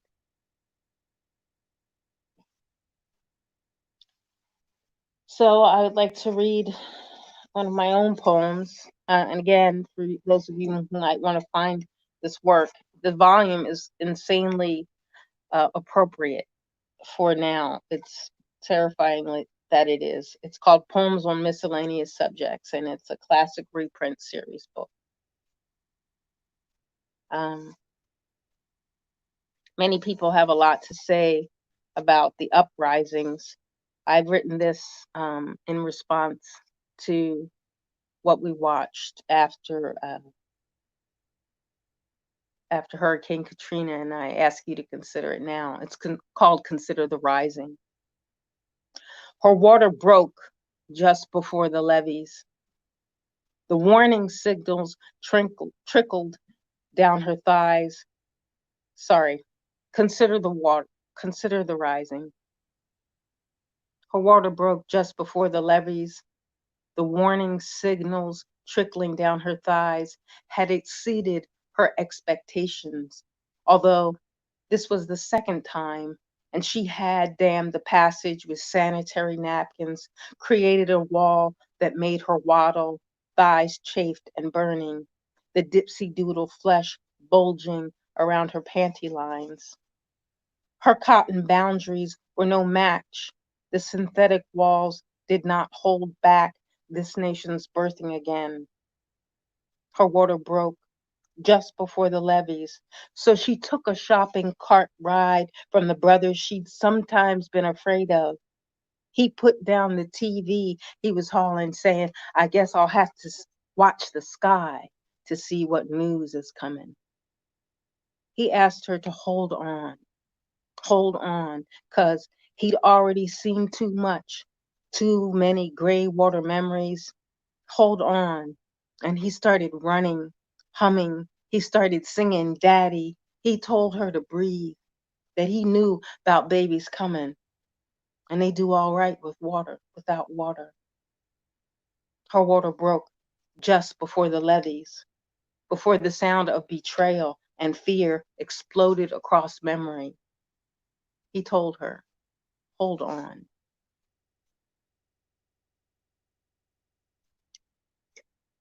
I want to read this poem by Essex Hemphill in this book called Ceremonies. And there are some poems that just live inside of me and inform my work. His work is informed in this poem by Audre Lorde, who I'll read later. But this poem is called Cordon Negro. I drink champagne early in the morning instead of leaving my house with an M16 and nowhere to go. I die twice as fast as any other American between 18 and 35. This disturbs me, but I try not to show it in public. Each morning I open my eyes is a miracle. The blessing of opening them is temporary on any given day. I could be taken out. I could go off. I could forget to be careful. Even my brothers hunt me. I'm the only one who values my life, and sometimes I don't give a damn. My life can kill me. My love life can kill me. I'm faced daily with choosing violence or a demeanor that saves every other life but my own. I won't cross over. It's time someone came to me, not to patronize me physically, sexually, or humorously. I'm sick of being an endangered species, sick of being a goddamn statistic. So what are my choices? I could leave with no intention of coming home tonight, go crazy downtown and raise hell on a rooftop with my rifle. I could live for a brief moment on the 6 o'clock news or masquerade another day through the corridors of commerce and American dreams. I'm dying twice as fast as any other American. So I pour myself a glass of champagne. I cut it with a drop of orange juice. After I swallow my liquid Valium, my private celebration for being alive this morning, I leave my shelter. I guard my life with no apologies. My concerns are small and personal.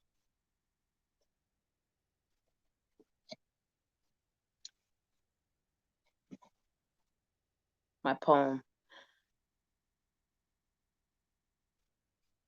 Uh, I was asked to write this by Aisha Simmons some times ago in honor for Audre Lorde. It's called Which Stripe Am I? Which stripe am I? I run through knotty jungles with my hands, toil, turn the soil of my ancestors and grow children from their bones. My seed leaves ancient lives of honor, crowned in cornrows and kente, my issue pouring forth. Which stripe am I? Born from a whip, I need the midnight crossing of my skin through fields of white. I have run 1,000 miles to freedom, spit out the bit of silence and savanna grass. Which me am I? I follow the rains, chew the tender nipple of the earth, prefer myself and hostile plains and solitude. I rise on cruel horizons and disappear, my skin riding waves of psychedelic African heat. I make love in camouflage, moonlight licking beams across my back. I give birth to mind, myth, and mystical, and survive, scarred by the whips of dichotomies. So why, at the watering hole of our souls, do I still stand wary, looking at reflections unstirred, the solid faces of black or white or woman? Which stripe would you pull from my flesh with your smile? Rip apart in hyena hunger? Which stripe would satisfy as sacrifice to redeem claw, continent, or manhood? To make your mane mean something again? To keep me from enjoying the land while remaining whole?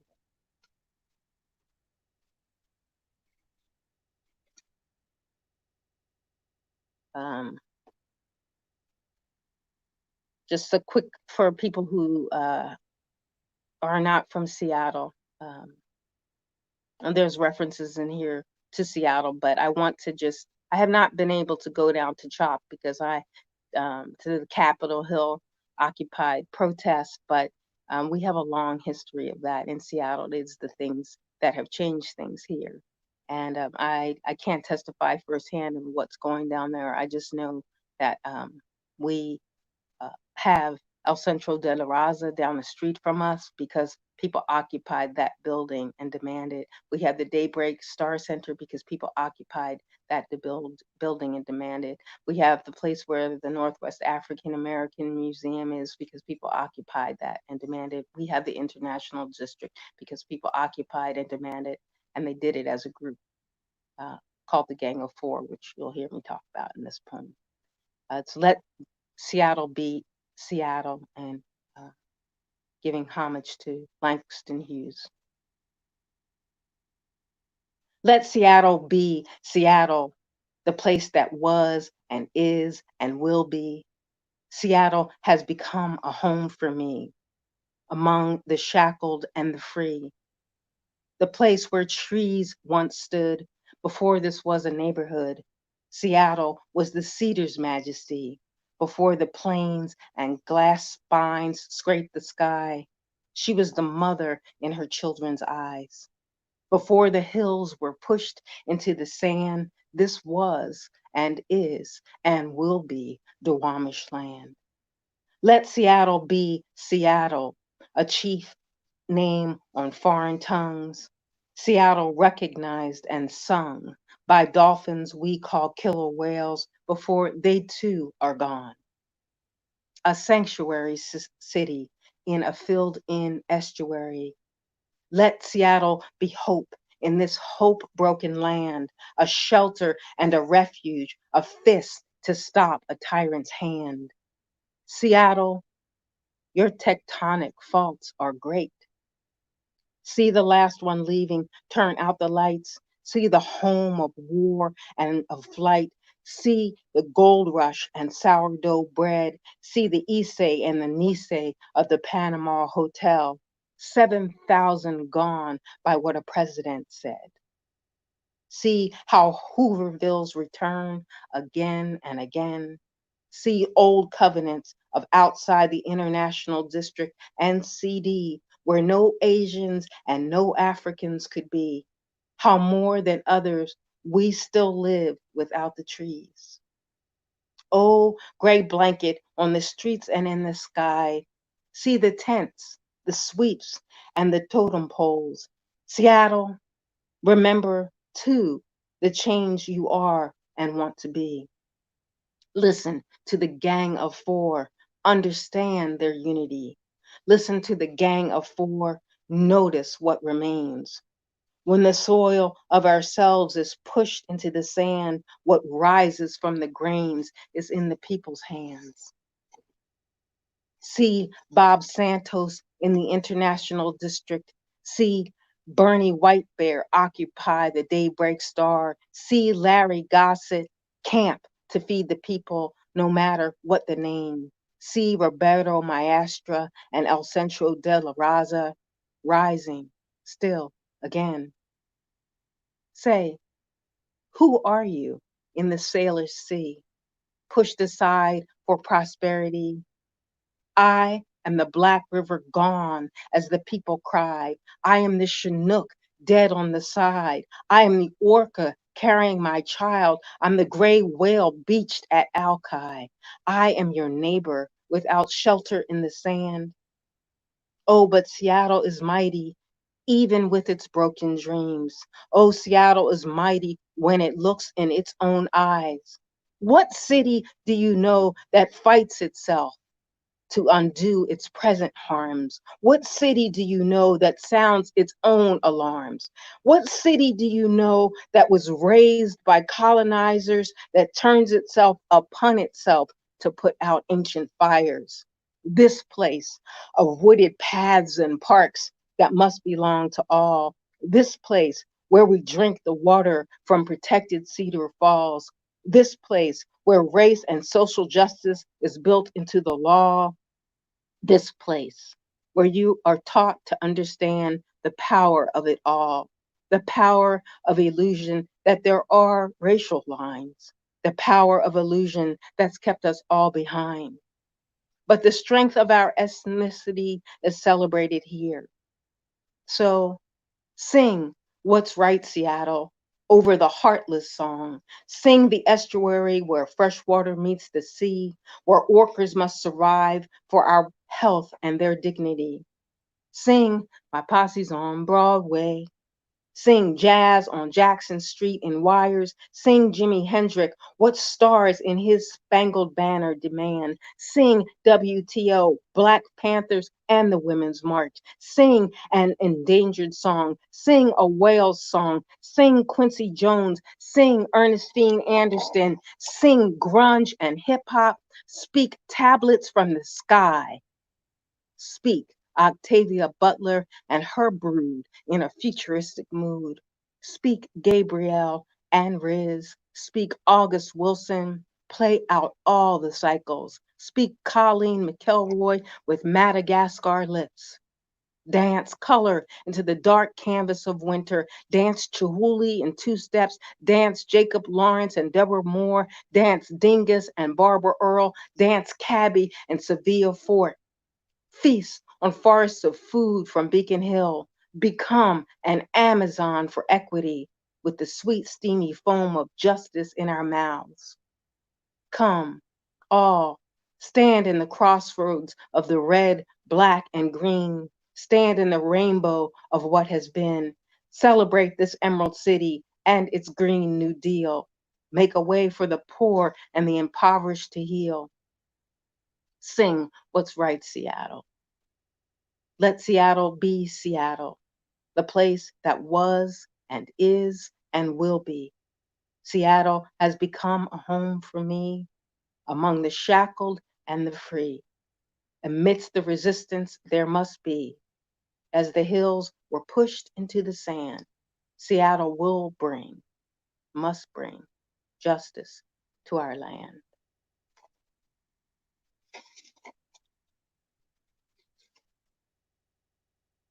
And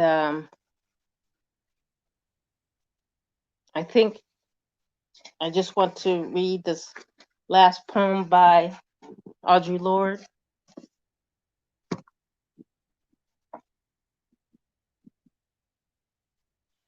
For each of you, be who you are and will be. Learn to cherish that boisterous black angel that drives you up one day and down another, protecting the place where your power rises, running like hot blood from the same source as your pain. When you are hungry, learn to eat whatever sustains you until morning, but do not be misled by details simply because you live them. Do not let your head deny your hands any memory of what passes through them, nor your eyes, nor your heart. Everything can be used except what is wasteful. You will need to remember this when you are accused of destruction. Even when they are dangerous, examine the heart of those machines which you hate before you discard them.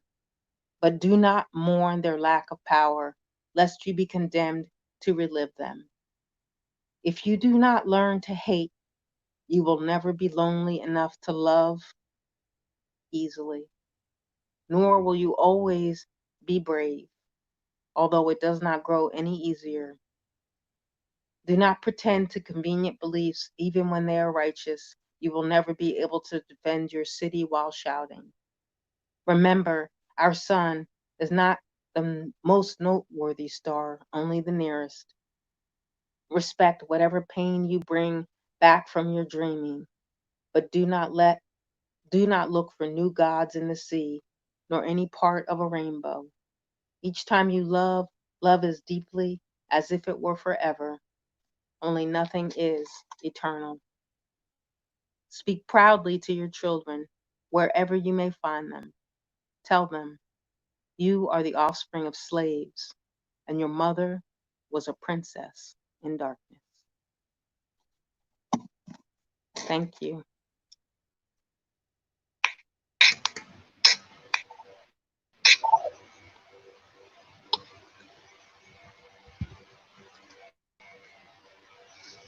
Are y'all here? Yeah, I'm here.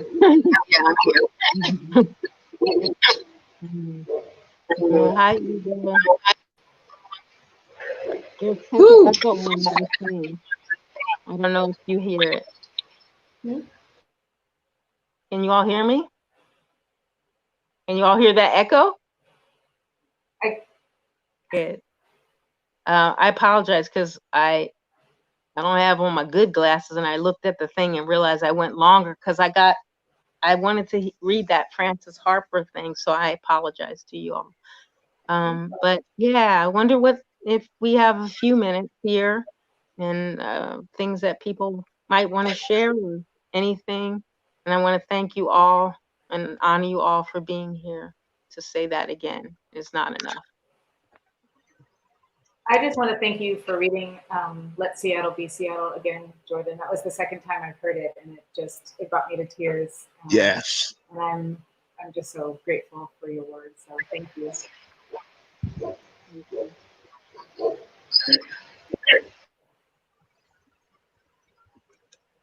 I don't know if you wanted to leave people with it's so weird, like we can see each other, but we can't see who's watching. Just assume they are. Well, but we got to be with each other, even if it was just the 6 of us in this room. 6 poets, 19 minutes. Oh, look, people are typing. Yeah, 6 poets, 19 minutes, Juneteenth. What do you think, y'all? We're here again, right? We're here. Our second emancipation.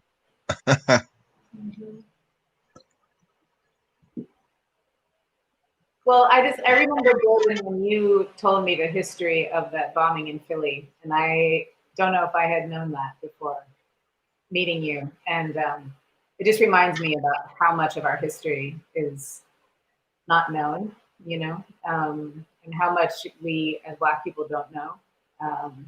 And, you know, there's a lot of learning I need to do and want to do. And so I appreciate that.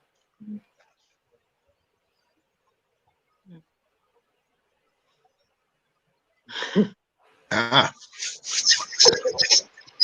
don't know what to say, you know. I mean, it's just like, thank you guys. I'm serious. Thank you guys. Just, I felt like I was with the crew and stuff, you know, for real.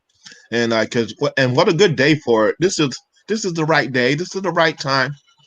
You know, it enlightens and it makes me feel strong. Yeah. I just want to say thank you to everybody on this panel group of poets. What do we call a group of poets? Like a murder? Is that like the same?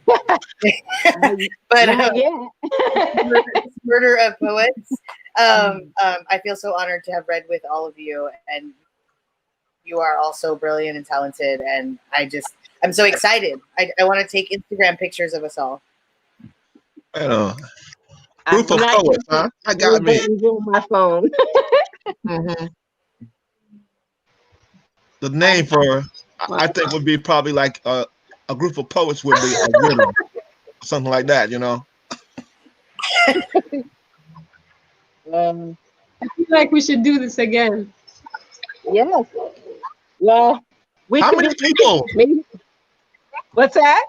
How many people for the audience? No. I don't know. We can't only Hollis, who's behind the scenes, knows for sure. Yeah. I was seeing them write though. I was seeing them, you know, now they're writing stuff out and stuff, but it's just like yeah. Yeah, I guess we'll find out later. Yeah, folks should say hi in the chat and tell us where they're from so that we can see like all the amazing folks out there. Yeah, that'd be good. Thank you, everyone. I really enjoyed the poems, and I feel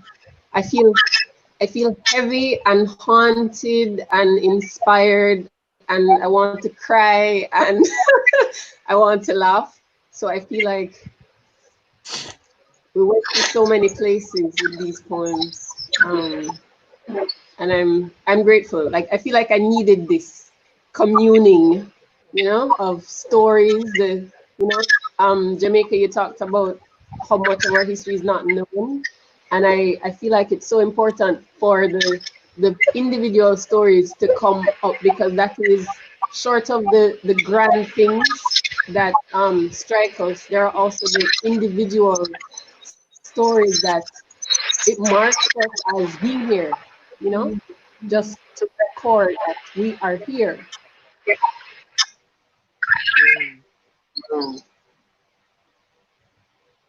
Yeah. Well, we can rise again. I call this Griots Rising, and it would be amazing to rise again. We could make a habit out of poetry of uprising, to lift us up and grieve and celebrate our lives. And I'm gonna try to be as brave as y'all in the layers of opening up my life. I realize that, and I'm humbled by it and thankful. So I don't know. Hollis is behind the scenes. We're a few minutes over, and so I guess we should go. We can't really tell. It's nice to see you all. I wish I could get a hug. I wish I could give a hug. Yay! Sadiq, thank you all for coming through. Jourdan. Thank you. Good to see you, Gary. Good seeing you again. Nice Yeah. And good meeting you guys. You know? Yeah, congratulations. You all did a great job.